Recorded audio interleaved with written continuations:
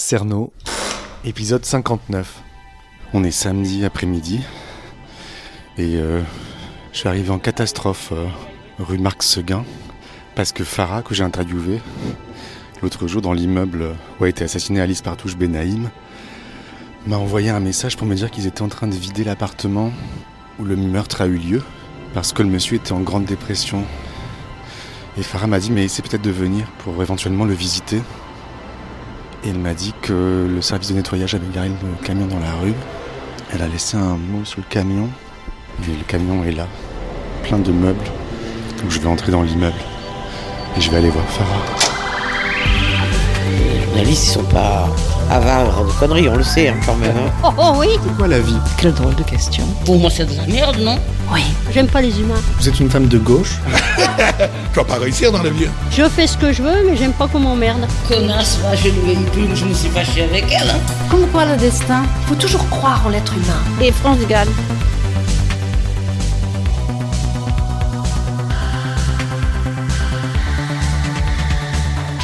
Trois devant.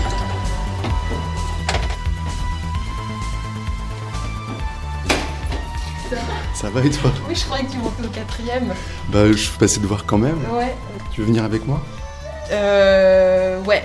Je rentre du boulot et puis j'ai plein de trucs à faire. Tu sais, c'est mon anniversaire aujourd'hui. Ah bon anniversaire. C'est pour ça que je suis un peu genre... Voilà, en train de répondre au téléphone. Bah bon anniversaire. Merci. On monte? Bah ouais.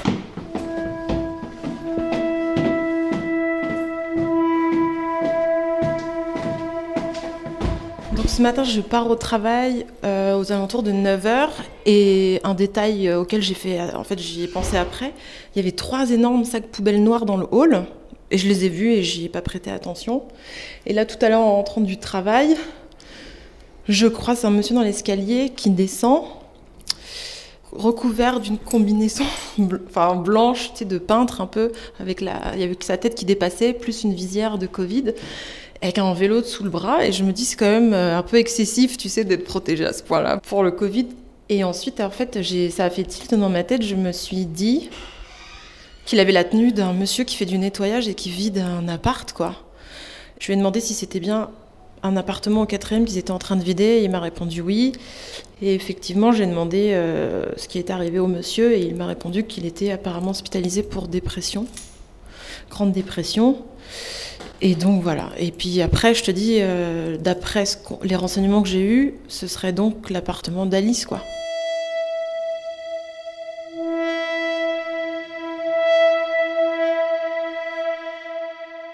Donc voilà, donc ensuite... Tu m'as prévenu. J'ai prévenu, et donc j'ai mis un mot sur leur pare-brise avec ton numéro en leur disant que tu faisais j'ai fait un reportage sur l'immeuble et j'aimerais vous interviewer à propos de l'appartement que vous êtes en train de vider, et puis voilà. Et le mot n'était plus sur le camion. Je suis passé. Sur le camion? Ouais. Ah ouais? Ouais. D'accord. Je sais pas, en même temps je m'en veux peut-être de faire ce raccourci-là, mais voilà, tu te dis c'est un appartement il y a une drôle d'ambiance, quoi. Oui, c'est ce que je me suis dit. Je sais, ce monsieur, ouais, je le connaissais pas. Je l'ai très très peu croisé. Alors est-ce que ça a été le premier locataire Après, j'en sais rien. En tout cas, au niveau de l'âge, ce serait possible. Mais j'en sais rien, je le connais pas du tout. Comme si l'appartement était maudit, ou en tout cas comme si le malheur était resté entre les murs. Bah ouais, voilà, comme je te dis, c'est des raccourcis peut-être faciles, mais forcément on pense à ce genre de choses. Bien sûr. Ouais. Voilà. Enfin, je suis déjà venue 2 fois frapper, mais en tout cas, voilà. C'était un homme et une femme. Écoute, je pense qu'ils sont pas là parce que t'as vu, les portes sont fines et donc on les entendrait s'ils étaient là. Ouais. Donc ils sont peut-être encore en pause déjeuner, mais c'est pas exclu qu'ils les aient pas terminés. Enfin, tu vois, qu'ils reviennent. Faudrait retourner voir dans la rue si tu veux. On peut voir si le camion est toujours là. En fait, t'es un peu enquêtrice adjointe. C'est ça, ouais. L'indique, on dit, non? Ouais, l'indique. Infiltré dans l'immeuble. Infiltré, voilà. Pour te dire, je suis même rentrée dans le café qui fait l'angle chez Cyril. Je suis même rentrée pour voir ils étaient pas en train de déjeuner là. Mais ils y sont pas. Tu mènes l'enquête. Ouais, je mène l'enquête.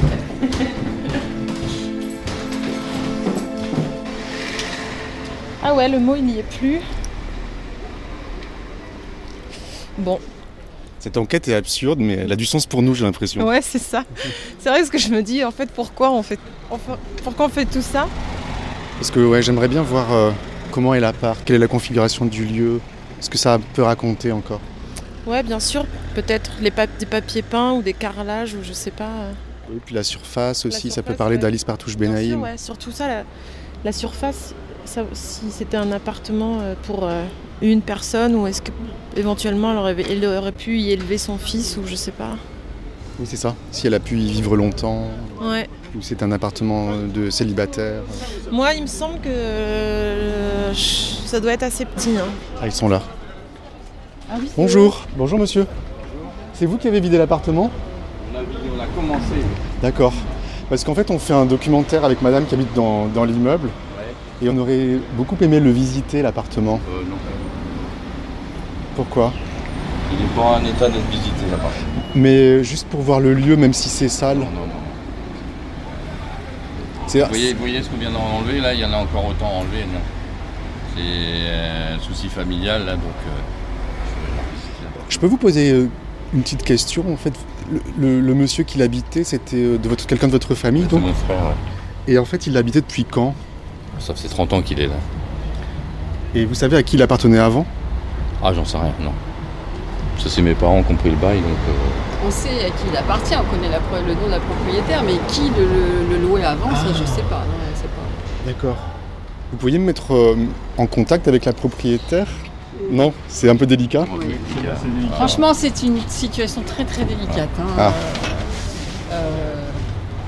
Donc il a habité dans les années 80, il est arrivé là. Ça fait 30 ans. 30 ans qu'il est là. 30 ans qu'il est locataire. Ça veut dire que 30 ans, ça fait 90 ? Ouais. Oui. D'accord. 90, oui, c'est ça. Oui, ça doit être à peu Ouais, près parce ça. qu'il a trouvé le boulot chez Dubois, donc il est venu là. D'accord. Vous faites un reportage pourquoi exactement? Parce qu'en fait, on travaille sur une enquête criminelle qui a eu lieu dans le quartier il y a très longtemps. Et ça serait placé dans cet appartement-là? Oui. Ah Ouais. C'est vrai? Et c'est pour ça qu'on voulait voir les lieux pour savoir un peu Non, franchement. la taille, etc. Mais peut-être qu'on pourra revenir quand il sera nettoyé. Oui. À ce moment-là, oui. Mais Et il vous faudrait que vous me laissiez votre carte et je vous contacterai. Mais là, Vous me ferez visiter ? bah oui, quand on aura, S'il est nettoyé, quand on aura fini pour l'instant, de... il n'est pas en état. Là. On D'accord. aura fini de nettoyer, oui. Oui, ça pose pas de problème, pourquoi pas, oui. Et en fait, le monsieur, donc votre beau-frère, j'imagine ? Mon frère. Ah, On est frères, vous êtes ouais. frère et sœur. Quand il est arrivé ici, il était bien ? Qu'est-ce qui s'est passé ? On ne sait pas trop. Il a eu une dépression, c'est Oui. Il nous a dit que il avait des problèmes dans son travail, donc il a fait une énorme dépression. Mais Bon. Est-ce que si je vous donne mon numéro, vous pouvez vraiment m'appeler ? ah oui, C'est très important Non, pour mais moi. mais honnêtement, ça va peut-être pas être tout de suite. Hein, parce Non, mais que, peu importe. Voilà. On se donne rendez-vous un jour et vous Ah me faites visiter. Oui, et- franchement, oui. Moi, je peux vous poser des questions. La sûr. personne c'est une personne qui s'est suicidée, c'est une personne qui a été assassinée, c'est ça que vous dites? Dans l'appartement, oui, apparemment. Dans l'appartement Et Dans les années 80. Mais quel appartement? Celui de votre frère. dans les années 80? Il y a eu un meurtre assez terrible. Bah, je ne sais pas. Peut-être que mon frère est au courant. Hein, ça m'étonnerait que la propriétaire lui en ait parlé, mais Il vous l'aurait dit. bah, je pense quand même. Mais peut-être que voilà. On n'a pas eu affaire, nous, à la... C'est mes parents à la qui se sont occupés de propriétaire, ça, donc, qui avaient signé le bail à l'époque, et bon, ils sont décédés aujourd'hui, donc Et donc votre frère, comment il va maintenant? il est toujours à l'hôpital. Hein. D'accord. Pour l'instant, toujours à l'hôpital, soigné, mais Voilà, donc c'est compliqué, quoi. C'est pas facile pour vous, quoi. C'est pas facile. Quand on voit l'état de C'est l'appartement, pas non. une situation facile et c'est pas le bon moment. Ouais. Bon, je suis désolé de vous embêter, mais voilà. on en a tellement ras la casquette que là, Là, on est- on franchement, arrête, parce que c'est pas évident pour nous. Donc je vous laisse mon numéro? Oui. Et je peux prendre le vôtre? je préfère prendre le vôtre et je vous promets, je vous appellerai. De toute façon, Vous me promettez? Ah oui, pour vous dire. T'as un stylo, Christian? Tu as un stylo? Alors je m'appelle Julien. Je vous laisse mon nom de famille. Cernobori. Ok. Et mon numéro c'est le 06 63 Oui. 45. Je peux pas prendre le vôtre? Non, je préfère pas. D'accord, ok. Je préfère pas, Mais mais vous- je vous promets. vous me promettez? Ah oui, quand je fais une promesse, je vous promets, je vous Dans les yeux? Ah, je vous promets, non, mais franchement, honnêtement. Ok. Mais là, il est pas. Là. Mais honnêtement, là en ce moment, nous, on est psychologiquement déjà c'est compliqué. Et puis là, on essaye de nettoyer l'appartement, mais. on n'a Vous pas habitez fini, le quoi. quartier? C'est très lourd. Non, on n'habite pas du tout le quartier. On habite. On est dans l'Eure-et-Loire. Donc vous n'allez pas revenir en fait? Ah si, si, bah, On si. va finir de nettoyer. Mais je vous promets que il faut qu'on le nettoie quand même. Je vois pas trop. Enfin, Bah bon courage alors. Ah, merci. Merci. merci, c'est gentil. On en a besoin. Bon courage, ouais. Aujourd'hui, je vous appelle. Ok, Courage. Merci. merci beaucoup. Hein. Au revoir. Ah, dis donc. Ah, c'est dommage qu'on puisse pas entrer, mais... Ouais, mais en même temps, je pense ils doivent être assez gênés à cause du désordre qu'il doit y avoir encore, quoi, tu vois. Peut-être qu'ils l'ont découvert en plus récemment. Peut-être qu'ils ignoraient tout ça, tu vois, de l'existence de leur frère et voilà, c'est peut-être compliqué aussi. Ouais, ils m'ont un peu. J'étais vachement émue en fait. Je sais pas, on voyait qu'ils étaient dans un moment où il y avait un truc. J'allais dire, il y a un truc hyper lourd qui leur tombait sur les épaules et en même temps on leur parlait, il y avait cette benne derrière eux, quoi. Donc ouais, c'était. On sentait ils en avaient plein trop sur les épaules là. C'est le cas de le dire, hein. Ça se sentait vachement. Et c'était touchant parce que ouais, on les a attrapés à un moment où ils avaient l'air d'être sans défense, je sais pas comment dire. Démunis. Ouais, démunis. Ouais. C'est vrai. Ouais, je pense qu'ils doivent être un petit peu en train de flotter dans beaucoup d'incompréhension. Ouais. En fait, t'as vu, il est arrivé et vraiment il a fait une dépression dans l'appart. J'ai pas entendu, donc qu'est-ce qu'elle t'a dit? Elle t'a dit que. Elle m'a dit qu'il est arrivé dans les années en 90 Ouais, et que tout allait bien et il a fait une grosse dépression et ils savent pas pourquoi. ouais. C'est un monsieur à qui je donnerais la petite cinquantaine, hein, tu vois, quand je le voyais, peut-être même moins, mais non, s'il est arrivé il y a 30 ans, il avait. 20 ans. Ouais. Donc, ouais, ça devait être un tout jeune homme et puis. Il n'a pas bougé d'ici. Et c'est vrai que tu voyais que c'était un monsieur qui allait pas bien, quoi. Voilà. Et donc ça doit sans doute être douloureux pour leur famille, la dépression et puis aussi le spectacle d'un appartement dévasté. D'ailleurs, oui, il y a des résonances, quoi. Appartement dévasté, ça résonne avec effectivement ce qui s'est passé. Il y a aussi pour Alice, mais bon, on est obligé d'y penser, hein. Ouais. Alice Benaïm, 84 ans, est retrouvée morte au 15 rue Marc Seguin.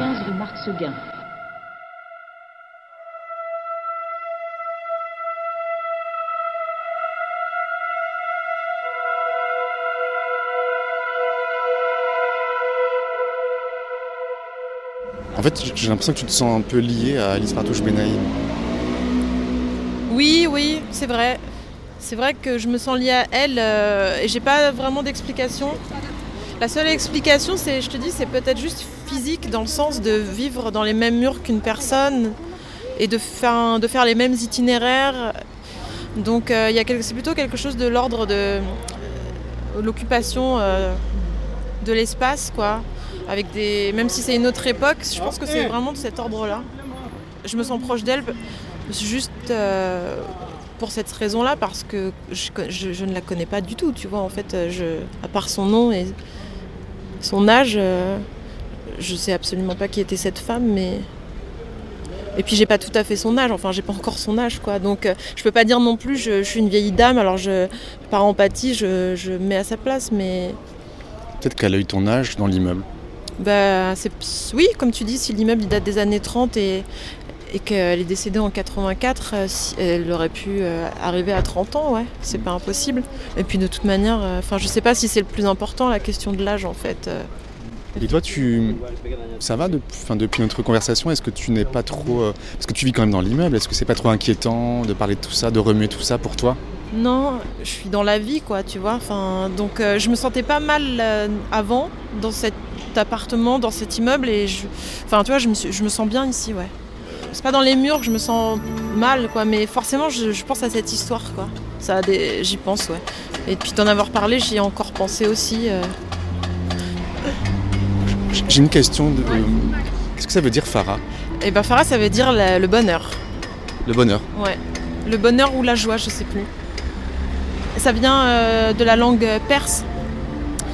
Mon père est algérien. Et je pense qu'il aimait bien ce prénom. Et puis j'imagine que oui, c'est pas mal de s'appeler la joie, ouais, c'est bien. Toi, tu connais l'Algérie ? Je connais l'Algérie, j'y suis allée une seule fois quand j'avais 9 ans. Mon père, sa famille est à Alger. Et j'y suis allée pour la première fois en 92 et j'y suis jamais retournée.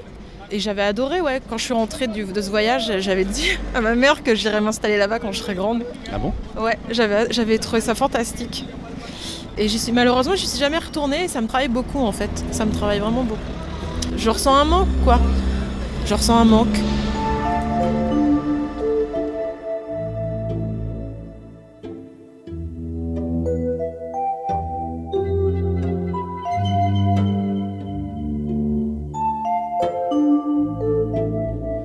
Elle venait d'où, Alice Partouche Benaïm, tu penses ? Je sais pas du tout. Benaïm, je dirais que ça vient c'est peut-être un nom du Maghreb. Et Partouche peut-être aussi, j'en sais rien. Que c'est ça alors ? Ouais, peut-être, ouais. C'est ça votre point commun ? Bah ouais, ce serait déjà une piste. Une piste. Ouais.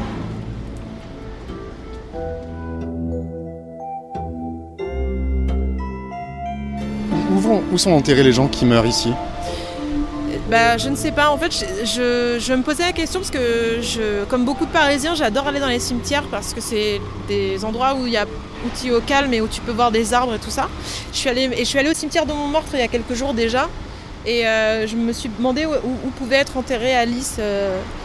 Parce qu'après, sinon, à part le Père Lachaise, je vois pas. T'as du temps la semaine prochaine ? Ouais. On peut aller ensemble ? Où ça ? Au cimetière ? Parce qu'en fait, Ioana Secaresco est enterrée au cimetière de Montmartre. D'accord. Et je me dis que beaucoup de victimes sont là-bas, mais on peut y aller si tu veux. Parce qu'en fait, on peut voir si la tombe est toujours fleurie. Ouais. Bah super, bah ça me fait plaisir, ouais. Bah merci beaucoup, Farah. Bah non, mais comme tu dis, je sais pas très bien aussi pourquoi on fait tout ça, mais on le fait sans doute aussi pour nous. Voilà, c'est déjà pas mal. Ouais. Bon, bah alors qu'est-ce que tu vas faire pour ton anniversaire ? Eh bien, je vais répondre à tous les gentils messages que j'ai reçus. Et je vais attendre que ma petite fille fasse une sieste. Et après la sieste, on va aller se promener à Montmartre. Voilà. C'est ta petite balade d'anniversaire ? Ouais. On va profiter de la beauté de Montmartre et de ces espaces verts privilégiés. Et on va faire ça, ouais. Voilà. Bon. Merci beaucoup. Je t'en prie. À la semaine prochaine. Ouais, à la semaine prochaine. Et puis, bon courage. Allez, ciao, Farah. Salut. Je quitte le quartier Pajol et je repense à un livre que j'ai lu récemment, dont le sujet est proche du mien. C'est Un crime sans importance d'Irène Frein, dans lequel elle raconte le meurtre de sa sœur. Et dans un paragraphe, elle parle des mal-morts. C'est comme ça qu'on appelait au Moyen-Âge les mauvaises morts, lors de massacres, de suicides ou d'assassinats.